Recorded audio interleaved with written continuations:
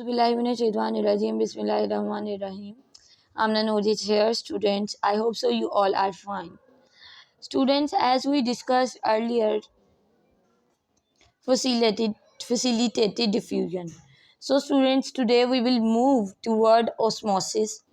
बच्चे हम ऑस्मोसिस के बारे में पढ़ेंगे, तो पहले आप लोगों को मैं ये बता दूं कि डिफ्यूजन और फैसिलिटेटेड डिफ्यूजन दोनों में हम लोगों ने मॉलिक्यूल की मूवमेंट करवाई थी हायर से लोअर कॉन्सेंट्रेशन की तरफ। लेकिन ऑस्मोसिस वो प्रोसेस है जिसमें हम क्या करते हैं, वाटर की मूवमेंट करवाते हैं।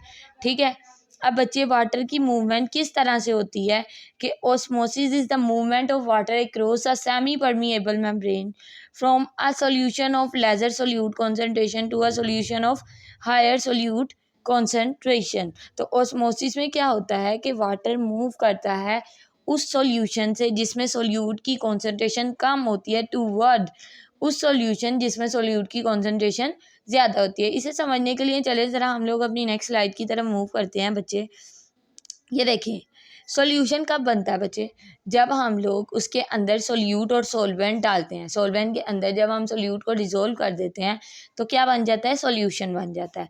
ठीक है, अब कुछ ऐसे सॉल्यूशन होते हैं जिनमें सोल्यूट की कॉन्सेंट्रेशन कम होती है और कुछ ऐसे सॉल्यूशन होते हैं जिनमें सोल्यूट की कॉन्सेंट्रेशन ज़्यादा होती है। लेट्स सपोज अगर बच्चे मैं आप लोगों को कहती हूँ कि एक शुगर सॉल्यूशन बनाएं, तो आप क्या करेंगे, वाटर लेंगे और उसके अंदर शुगर डाल देंगे, चीनी डाल देंगे। अगर शुगर की अमाउंट कम होगी आपके वाटर के अंदर तो उसे हम क्या कहेंगे, लेसर सोल्यूट कॉन्सेंट्रेशन है।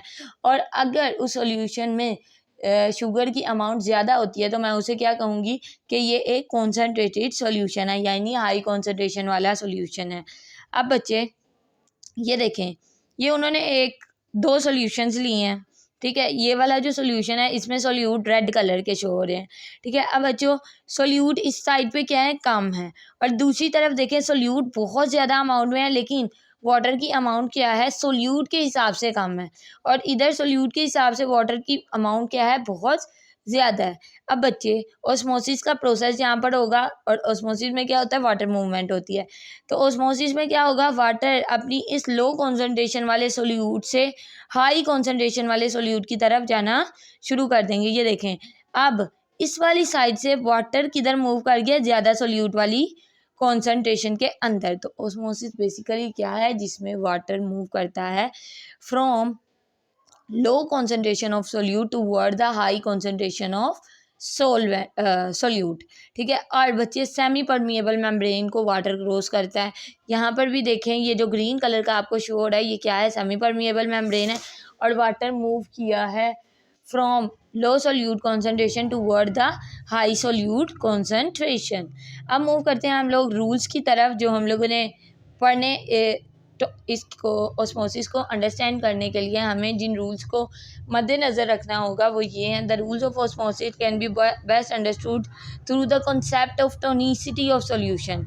अब बच्चों, टोनिसिटी, ऑस्मोसिस को समझने से पहले हमें पता होना चाहिए कि सॉल्यूशन की टोनिसिटी क्या है। टोनिसिटी कहते हैं कि सॉल्यूशन के अंदर सोल्यूट की कॉन्सेंट्रेशन क्या है, उसे हम लोग उस सोल्यूट की कॉन्सेंट्रेशन को दूसरे सॉल्यूशन के साथ कंपेयर करते हैं। अब बच्चे सिंपली मैं आप लोगों को यहाँ पर सिंपल इसका बता देती हूँ, लेकिन जब हम लोग इसका प्रॉपर कॉन्सेप्ट वाटर बैलेंस पढ़ेंगे तो आपको ज़्यादा बेहतर तरीके से समझ आएगा। Hypertonic solution has relatively more solute. अब बच्चों, हाइपरटोनिक, हाइपर का क्या मतलब है, हाई, बहुत ज़्यादा होना। तो हाइपरटोनिक सॉल्यूशन वो सॉल्यूशन है जिसमें सोल्यूट की कॉन्सेंट्रेशन क्या होती है, ज़्यादा होती है। ठीक है, हाइपोटोनिक सॉल्यूशन कौन सा होता है, वो सॉल्यूशन होता है जिसमें सोल्यूट की कॉन्सेंट्रेशन रिलेटिवली कम होती है। और लास्ट पे आइसोटोनिक सॉल्यूशन वो होता है जिसमें सोल्यूट की कॉन्सेंट्रेशन बराबर होती है। अब बराबर किस तरह से होती है, इसे समझने के लिए लेट्स सपोज स्टूडेंट्स आए, ज़रा हम लोग एक एग्जाम्पल कंसीडर करते हैं।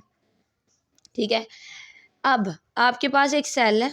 ठीक है, सेल के अंदर भी सोल्यूट कॉन्सेंट्रेशन होती है। सेल के अंदर सोल्यूट कॉन्सेंट्रेशन हमारे प्रोटीन्स हैं, लिपिड्स हैं, कार्बोहाइड्रेट्स हैं। ठीक है, अब बाहर हमारे पास वाटर है, मैंने वाटर के अंदर आप लोगों का सेल रख दिया है। अब बच्चे क्या है कि वाटर के अंदर सोल्यूट मैंने बहुत ज़्यादा डिज़ोल्व किए हैं। अब जब मैंने वाटर के अंदर बहुत ज़्यादा सोल्यूट डिज़ोल्व किए हैं तो वो सोल्यूशन क्या है, हाइपरटोनिक है। और लेट्स सपोज सोल्यूट की कॉन्सेंट्रेशन आपके सेल में बहुत थोड़ी है एज़ कम्पेयर टू सॉल्यूशन, तो उस सॉल्यूशन को जिसमें सोल्यूट की कॉन्सेंट्रेशन दूसरे सॉल्यूशन से कंपेयर करें और वो ज़्यादा हो तो वो क्या है, हाइपरटोनिक सॉल्यूशन है। अब दूसरा कंसिडर कर लेते हैं, हमारे पास हाइपरटोनिक सॉल्यूशन है। लेट्स सपोज हमारा जो सेल है उसके अंदर सोल्यूट की कॉन्सेंट्रेशन क्या है, बहुत ज़्यादा है, और बाहर सॉल्यूशन में सोल्यूट की कॉन्सेंट्रेशन कम है, तो हम उसे क्या कहते हैं कि ये हाइपोटोनिक सॉल्यूशन है, मतलब इस सॉल्यूशन में सोल्यूट की कॉन्सेंट्रेशन कम है। दूसरी तरफ आइसोटोनिक वो होता है जिसमें सोल्यूट की कॉन्सेंट्रेशन सेल में भी और उसके अंदर भी बराबर है। इसे समझने के लिए हम ये कंसीडर कर देते हैं कि अगर हमारे सेल के अंदर 3 मॉलिक्यूल्स हैं सोल्यूट के, तो हमारे सॉल्यूशन में भी 3 ही होंगे, तो दोनों की कॉन्सेंट्रेशन क्या है, बराबर है। ये था हमारा आज का ऑस्मोसिस का कॉन्सेप्ट। ऑस्मोसिस में क्या होता है, सिंपली वाटर की मूवमेंट होती है कहाँ से, उस सॉल्यूशन में जिसमें सोल्यूट की कॉन्सेंट्रेशन कम होती है टूवर्ड उस सॉल्यूशन जिसमें सोल्यूट की कॉन्सेंट्रेशन ज़्यादा होती है। I hope so you all understand what I am trying to teach you. Thank you so much. अल्लाह हाफिज़।